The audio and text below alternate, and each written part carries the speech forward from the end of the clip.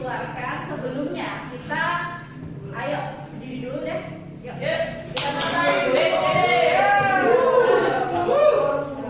Silakan. Instruksinya enggak. Instruksinya adalah silakan kalian mau berdiri, Bu. Ayo, Sofi. Silakan kalian pegang tangan teman kalian.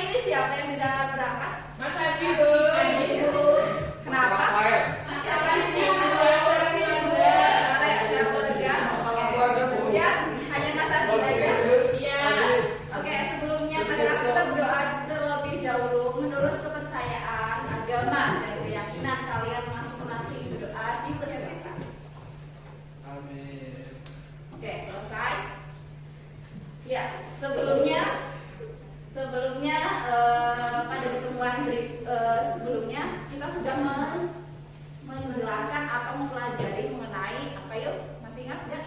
Jalur rempah. Oke. Setelah kita mempelajari jalur rempah, nanti kita akan masuk ke proses masuk dan berkembangnya agama Hindu Buddha di Indonesia. Sebelumnya saya tanya dulu nih, Ibu tanya dulu, Hindu atau Buddha dulu yang masuk ke Indonesia? Hindu. Hindu. Yakin? Buddha atau Hindu? Hindu. Hindu atau Buddha? Hindu. Hindu atau Buddha? Buddha. Buddha dulu setelah Buddha. Setelah Buddha. Oke. Yang benar adalah Hindu. Hindu. Sesuai dengan namanya, Hindu, Buddha. Berarti yang pertama adalah Hindu. Hindu. Oke. Pintar. Beri tepuk tangan kepada semua. Nah, agama Hindu ini masuk ke Indonesia pada abad keberapa? Ada yang tahu? Abad ke-20. Kedua. Abad ke-4.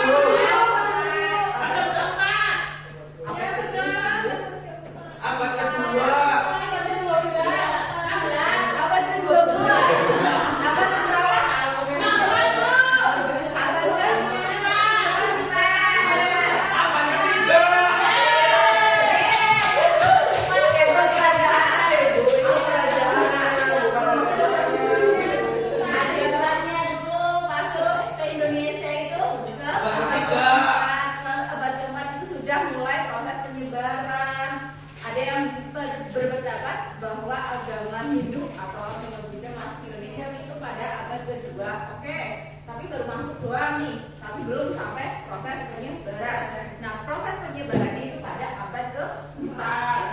Abad keempat. Kalau di Hindu ada yang tahu nggak agama kita suci dari agama Hindu? Beda. Tripitaka, semangat banget sih Mas Ojan. Salah selalu. Gak apa-apa, berarti kan kalian kan sudah sepakat. Yang benar adalah agamanya adalah beda. Atau tulisannya dari ini beda. Iya, bacanya beda. Kemudian barulah agama Buddha masuk ke Indonesia. Bareng di di belakang dari agama Hindu. Nah, agama Hindu ini mengenal yang namanya adanya sistem kasta. Kasta itu apa sih? Ada yang tahu nggak?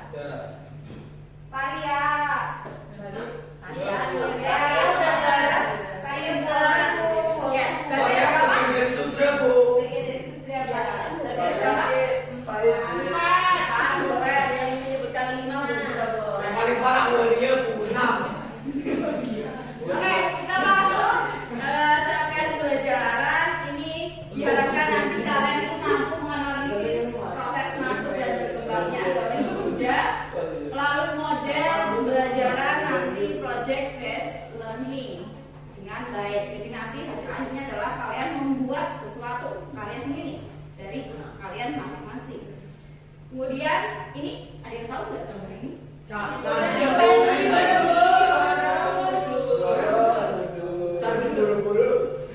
ini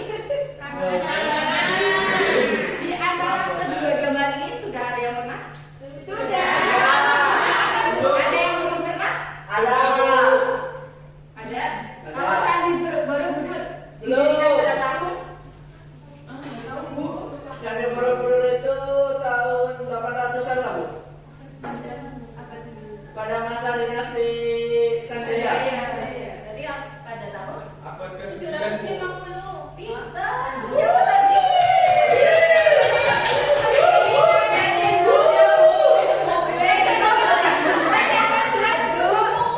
Oke, kemudian kalau misalnya Candi Prambanan 825.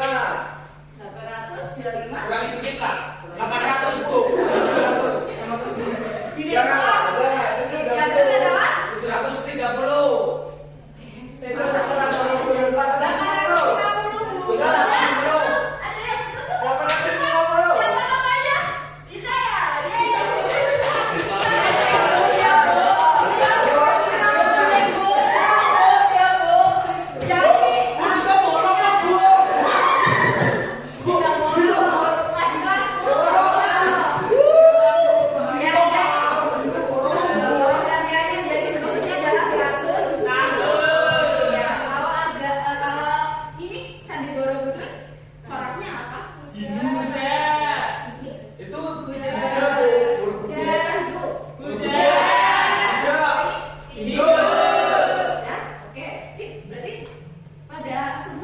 Sudah paham ya? belum pernah sembahyang Bu.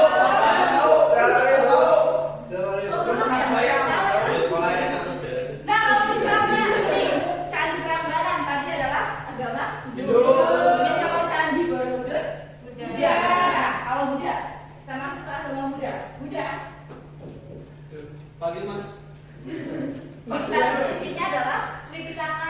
Tapi siapa namanya? Anggita ya? Anggi Bu, Anggi Bu.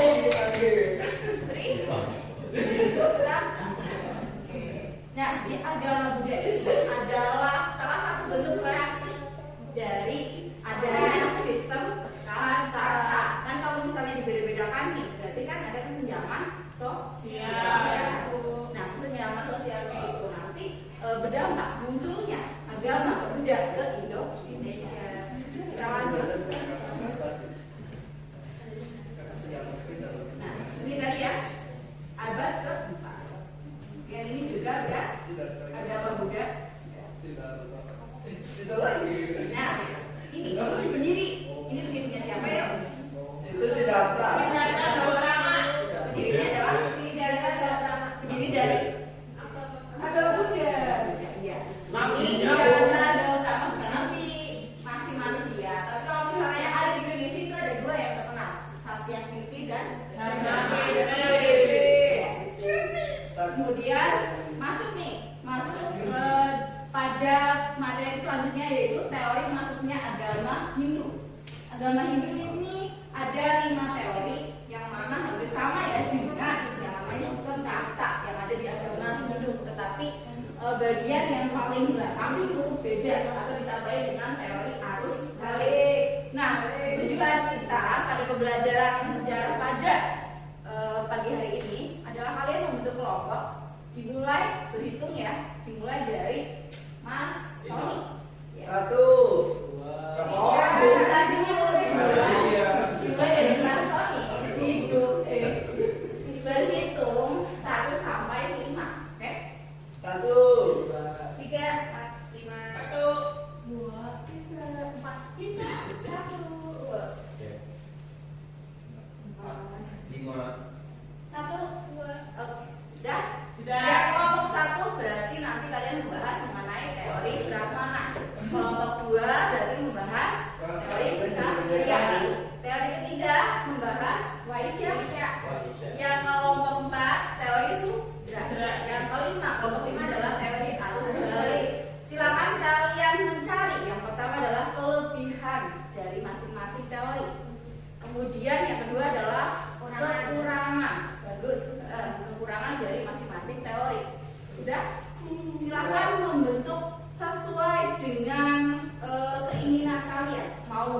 poster juga boleh, infografis juga boleh, mind mapping juga boleh, atau video atau podcast dengan suara saja juga boleh. Silakan membentuk kelompok. Ya, silakan. Saya beri waktu untuk membentuk kelompok itu ada sampai berdiskusi ya, sampai selesai 20 menit. Cukup. 20 menit kita laksanakan diskusi pada hari ini. Silakan. Teori Brahmana menyatakan bahwa maksudnya agama dan kebudayaan Hindu-Buddha dan Nusantara dibawa oleh golongan Brahmana yang diundang para penguasa di Nusantara. Teori Brahmana ini dikemukakan atau diprakarsai oleh orientasi Van Loo. Wis. Ini kan kita teori Sudra ya. Ini ada tambahan lagi nggak untuk kelebihan yang menurut kalian? Cukup sih, cukup. Cukup, udah bagus ya kayaknya. Gimana Mbak Lisa? Ya, untuk kelebihan sih cukup sih, sama kekurangan juga. Udah gampang ya kayaknya. Oke deh. Oke, baik. Setelah 20 menit ya kalian berdiskusi. Nah, sekarang giliran yang maju nih. Ada yang maju yaitu yang infografis ya. Ini ya, kelompok infografis mengenai teori Sudra. Silakan coba menjelaskan kepada teman-teman dulu. Oke, terima kasih. Kawan-kawan, di sini hasil diskusi kami kelompok 5 tentang teori Sudra, yaitu teori masuknya agama Hindu ke Indonesia. Ya, operator. Teori Sudra itu mengacu kepada bahwa agama Hindu masuk ke Indonesia itu dibawa oleh orang kelas rendah. Nah, kalau sebelumnya tadi dipresentasi tentang teori Brahmana, bahwa orang Brahmana yang membawa, dan teori Ksatria bahwa seorang bangsawan yang membawa, kita masuk ke teori Sudra itu ada kaum pedagang, ada mungkin budak, atau ada orang yang hanya berpergian dan lain-lain ke wilayah Nusantara. Seperti yang kita tahu bahwa Indonesia itu daerahnya strategis ya, antara pertemuan dua samudra dan dua benua. Jadi pasti di situ menjadi jalur lalu lalang perdagangan internasional. Ya, next. Ya, kelebihan dari teori ini ya, bahwa orang-orang Sudra yang ada di India itu merasa tertekan. Artinya di India itu sering terjadi peperangan, ya, sering terjadi penindasan oleh kaum-kaum penguasa. Ya, jadi mereka itu ingin mencari penghidupan yang lebih baik. Nah, seperti kata Rasulullah, jika kamu ingin memperbaiki hidup, maka berhijrahlah. Berhijrah itu kan kita berpindah. Artinya, kalau misalnya kita yang tadinya tidak rajin sholat, ya kan, tidak rajin puasa, sering mengunjungi, kita harus hijrah. Hijrah ke apa? Hijrah ke yang lebih baik. Nah, begitu pun di dalam kehidupan, kita harus berhijrah dari satu tempat ke tempat lain. Untuk apa? Untuk memperbaiki hidup kita, untuk mengamalkan ilmu kita. Dan itu dilakukan oleh orang-orang Sudra. Nah, jadi setelah mereka berpindah dari India ke Nusantara, di Nusantara mereka ada interaksi dengan penduduk, ya. Ya, karena yang namanya orang bermasyarakat itu pasti ada interaksi kan. Gak mungkin orang hidup itu tidak berinteraksi dengan tetangga, itu nggak mungkin. Tidak ada manusia yang bisa hidup sendiri. Next, ya, itu kelebihan ya. Nah, kita berbicara tentang kekurangan dari teori Sudra. Ya, di dalam konsep agama Hindu, orang yang menguasai agama secara penuh itu kaum Brahmana. Berbeda dengan orang Islam, semua boleh mempelajari ilmu itu, ustaz, kiai, ulama, bla itu semua bisa. Tapi kalau di dalam agama Hindu itu tidak. Bahwa orang-orang kasta Brahmana itu yang menguasai agama secara penuh. Nah, jadi di sini kelemahannya tuh orang kasta Sudra itu tidak mungkin menguasai agama Hindu secara penuh. Ya, mungkin seperti itu. Selanjutnya teori Indonesia, coba ibu tunjuk saja ya. Mbak Anggita, silakan. Teori Indonesia itu teori yang dibawa oleh kaum pedagang.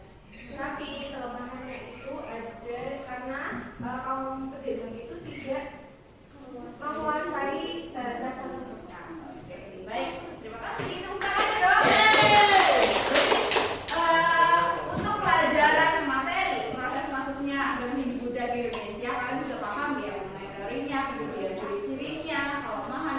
teman-teman. Saya rasa kalian sudah bisa menguasai materi kali ini.